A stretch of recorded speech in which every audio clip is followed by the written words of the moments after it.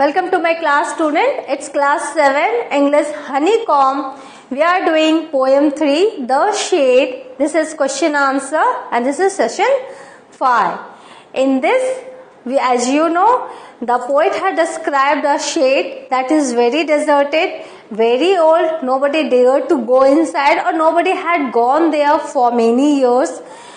The character that is referred as I always think of going inside one day in future, and everything is mentioned how old the shade is, how deserted it is with the symbols. For example, hinges are rusty, creak sound is there, 3 cracked window panes and all this, and rotten floorboards.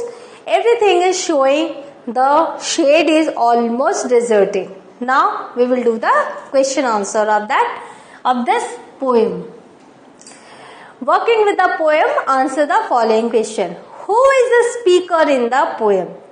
The speaker of the poem is poet Frank Flynn when he was a small boy. Now I means here the poet when he was a small boy. So poet Frank Flynn when he was a small boy, and it is not clear whether he really entered the shade or not, but it was just a past memory of the shade and his determination he has written in form of poem. Is he afraid or curious or both? She or he was curious, not afraid, as she or he always peeped through that window and ready to take a peek one day. Yes, he or she was curious, not afraid, because though my brother says there is a ghost inside, I know there is no ghost. Though my brother is saying there is someone staring at me, I know there is no one for staring and for making noises. So he was only curious, he was not afraid. What is he planning to do soon? He is planning to go inside the shade soon, right? But not just yet. Suggest a doubt, fear, hesitation, laziness or something else. Choose the word which seems right to you and why. But not just yet. Suggest the hesitation of the poet from going inside that shade. Though he was confident that there were no ghosts, but still he was hesitated to go inside and thought that soon he will go inside the shade, but not now. A little bit more confidence he wants to have, little bit more courage he wants to gather. Then only he would go inside. So it is a hesitation. Doubt is not there. Fear is not there. Laziness is also not there. So only hesitation is left. So he is hesitated, little bit hesitated.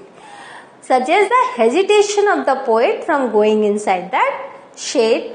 Though he was confident that there were no ghosts, but still he was hesitated to go inside and thought that soon he will go inside the shade, but not now.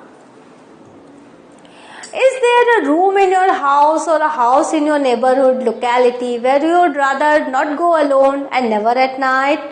Is there such a place and a story to go with it? Let others hear all about it. Now this is a personal thing. You may narrate your own incident, you may narrate your own story, your own real experience. Whatever is there, this you will have to do by yourself. So, this question is, if you don't have any type of things in your locality, then you can think of such houses that you have seen at a far distance or somewhere in another place. Wherever you have found this type of place, this type of deserted building or shade, you can describe about that. So this is very personal. Now the question answer session is over. In that personal thing, whenever you will describe a deserted building or a deserted shade, please remind the way you will have to present the desertness or oldness of that building. All the words, terminology must be correct. All the words related to that look must be there in your writing. Just as poet has described with words the old structure of the shade, the deserted look of the shade, in the same way you will have to be very descriptive and very particular in description of that old house or old building. Only then it will be considered as a perfect writing. Together with the description, you will have to also add why you don't want to go inside, or if you want to go inside, what is that preventing you? What is that not allowing you to fulfill your wishes? Just as it is written here in the poem, the poet's brother has said there is a ghost inside. But if you have ever heard of this type of building that is haunted, so first you will have to describe the feature or the structure of the building, then your own feelings. How old that? How haunted is that? How people are not daring? Why people are not daring to go inside? What the story is circulating about that structure? Everything you need to mention.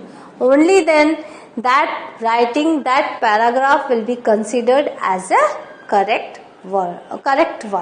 So, in the next class, we will meet with some new chapter. Till then, have a good revision of this and please write a paragraph on that last question, because it is totally personal. It depends on your own experiences, and it's better to go through a story that is revolved around a old building or old shade or whatever, so that you will get all the words that is required to paint a picture of that particular structure. Thank you. We will meet in the next class.